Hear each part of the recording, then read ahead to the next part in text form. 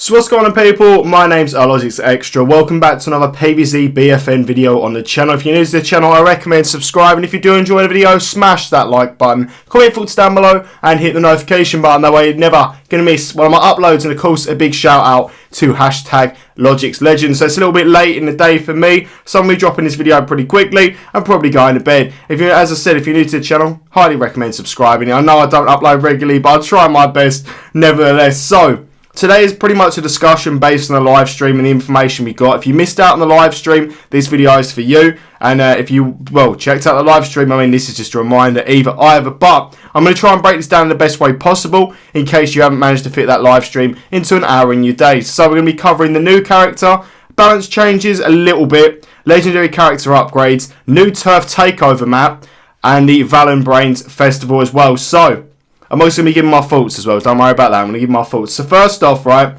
balance changes. There's going to be a fair few. For example, there's going to be hitbox adjustments, velocity and drag distance. Obviously, that's all going to come out in the coming days, I assume. You know how it is. All-Star, for example, is probably going to be nerfed. Everyone was pretty much saying All-Star is about to fall off the game, pretty much. But, you know, another extra one would be the new UI element, which means there's going to be a new health bar.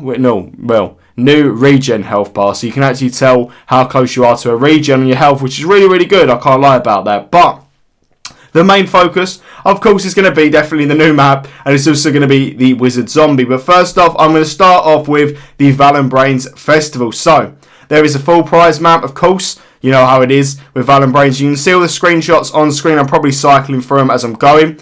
But yeah, Valenbrainz February Festival, that's starting. Of course, if you get full prize map completion, you're going to get the Blade of the Beetle, which is a Colonel Corn costume. Looks pretty nice. You can see the screenshot hopefully on screen as I'm saying this. You then have the Shaggy Shampooey, which is the Chomper costume.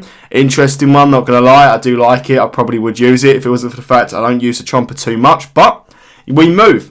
We also have the Feudal Lord Draconius, yeah, Feudal Lord Draconius costume, of course, for the Colonel Corn as well, which is another one that's not the golden end full completion. Obviously, it is the golden path completion, but it looks pretty good nevertheless. So there's 3 of them that you can earn in the prize map, but we also got hints of a new character, which will be appearing in, the coming prize maps. You know how it is. But anyway, enough chit-chat on that. The next thing that I want to talk about is the new turf takeover map known as Preserve Pastures. Now, it's going to be based on a farm, but from what I've seen, right? So you're going to be searching as a zombie through the plant's secret farm. You're going to be looking at their secrets. It's a new area in Neighborville, and it's related to the Brine and Dine Festival. Now, that means that Brine plays a big part. We've had the mention of that, and it relates to a pickle, which is going to be interesting. I don't know how that's going to play out. Obviously, the team's not going to let you know until we get to it, but knowing me, I'll probably do some coverage on it when it comes out. I'll try my best to, at least. You know, I'm an inconsistent uploader on this channel, and I do apologise, but it looks pretty interesting anyway. You should be able to see a lot of it in the background as I've been talking. If you haven't, then I'm going to be cutting to a clip in just a second for you to enjoy. So, yeah, I'll see you in just a moment. Right now, I'm just going to walk through the map so everyone can. We've been playtesting this like crazy too. It's kind of, it plays a little bit different than other TT maps, and it's kind of a bit more open, right?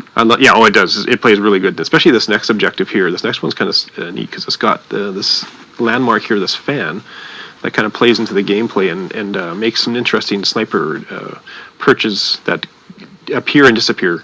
About the windmill? Yeah. Okay. Fan. I call it a fan? Yeah, I meant a windmill. The large fan? Yeah, it's a giant fan. Yeah, so this is really cool. And then we get past here, and we're going to go past the egg machine to our left. Where this is all the flour on the ground, right? Yeah. Easter eggs, guys. Yeah, this is a prelude to Easter coming up. It's full of Easter eggs. And then there's the actual barn up there. But as we approach the barn, we're going to see that things are getting a little weirder up around now. These giant plants are growing up. There's giant eggplants around here, giant peppers. Something's up. Something's going on. I can see why zombies would be concerned. Yeah. So, eventually you're going to make your way into the barn, and then you're going to, this third objective is something's going to happen that's going to reveal what's underneath the barn area, which is the plants what they've been protecting. So we're not spoiling the secret here. We're not giving away the final stage here. Well, we'll give away. We'll tell it what it is. Oh, okay. Like, but we won't give away what the mini game is. Okay. But you know, you get down there with the plants. The zombies think this is some sort of special base. And with the plants, if you talk to the pickle in the social hub, you realize it's actually just a spa. It's where the plants go to rejuvenate, and they get there and maybe they get massages and maybe they get brine baths or whatever the case may be. And Sounds nice. Nothing better than a brine bath. Sounds nice. But they have a special weapon, and it has to do with the pickle down there. So you let people figure that one out. But that's the new map. Mm-hmm. Oh, well, thank you for taking us through. We're hoping you guys enjoy it as much as the team has testing it. It looks as beautiful as it plays too. Our team's done a really awesome job with this for sure. Yeah. Okay, so one other thing I want to cover before I go into the new character, which is the legendary upgrade. The legendary upgrade is a character upgrade that will have a higher than normal point cost to equip, so it's roughly like 4+, but will change an aspect of gameplay for that character. How cool does that sound? So you want those things where you have characters which are different variants. Remember that situation? It's a bit of a touchy subject, so I'm not going to go too much into it because I don't want to get a slap on the wrist. But currently being tested out, the legendary upgrade. This legendary upgrade, for example, will be for the Khorne. It's known as Shogun Guard. The Khorne will have a shield that appears when you're aiming down sight, and his primary weapon, the fire rate will be reduced, but the damage will be increased. Got a hint of the All-Star to it in my eyes there, or the Citron. That's how I'm seeing it, So that could be interesting. That's obviously a new upgrade. Now, I'm assuming this is going to happen to a lot of them if it goes well, and that would be great. Because I like the idea of having variants coming into play, because I feel like that's what the game is missing. That's my personal opinion. I feel like we needed this finally to happen where you had variants in a way, even though you didn't technically have variants. You know what I mean? Does that make sense? I hope it does. But yeah, that's another one, the legendary upgrade. Again, you should see that on screen, at least I'm hoping so, depending on how my editing goes. Depends how tired I am. Finally, we got the big one. Not that we don't already have a big one with the map, but we also had something to do with data mentioned. So if you opt into this new data thing, you're going to have game stats, character stats, which will be accessible in order to be pulled up as information, which you could go and create community stat websites, community stuff like that. It's a possibility. Don't hold me to that one, but that's what we were hearing. So I'm kind of interested into that. I'm not going to lie, I do miss not looking at all my stats in greater detail, a bit like we did in Garden Warfare 2. But, we'll see how it goes. Anyway, let's move on. By the way, just to mention it, I'm going into the new character now. But you might notice the March festival in the background, just in case anybody was eagle-eyed with that. But the new character is a wizard zombie. It will be available, apparently, in the month of March. There's going to be, in the month of March, a new costume. There's also going to be 100% Golden Path completion. 100% completion, you know what I mean. Version of the skin too. So there's going to be 2 new costume skins for the Wizard Zombie. And the Wizard Zombie is going to be available through the prize map. But you're also going to be able to purchase it for coins after.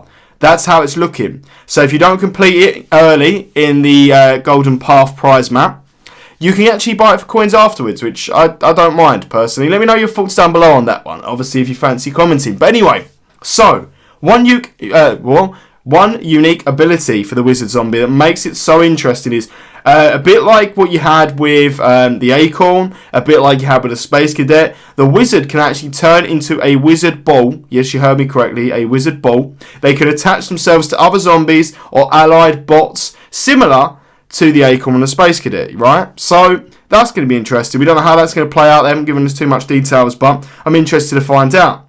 There was also another mentioning that there is a ranked battle arena coming in with rewards for higher ranks at the end of the season. So that is a lot of cool stuff. I like the look of the Wizard Zombie. It looks good, I want to find out what the costumes are looking like, and hopefully I'll be able to do some gameplay, I'll be able to do some content for it. Either, depends how the team helps me out, but I'm praying to help me out. Who knows? Anyway, so that's the situation. I think that is your entire stream coverage from start to finish. I really hope I've done justice to the team there. But yeah, I really enjoyed the live stream. I'm glad they're back to doing what they do. And I will be tuning in as much as I can, as possible as I can, Either. Anyway, I hope you enjoyed today's video. I hope it's been informative. I hope it's benefited you. And if it has, smash that like button. Subscribe for more content like this. And yeah, see you as always in the next video. I hope you have a fantastic day or a fantastic night. Either. Ta-ta, adios, bye-bye.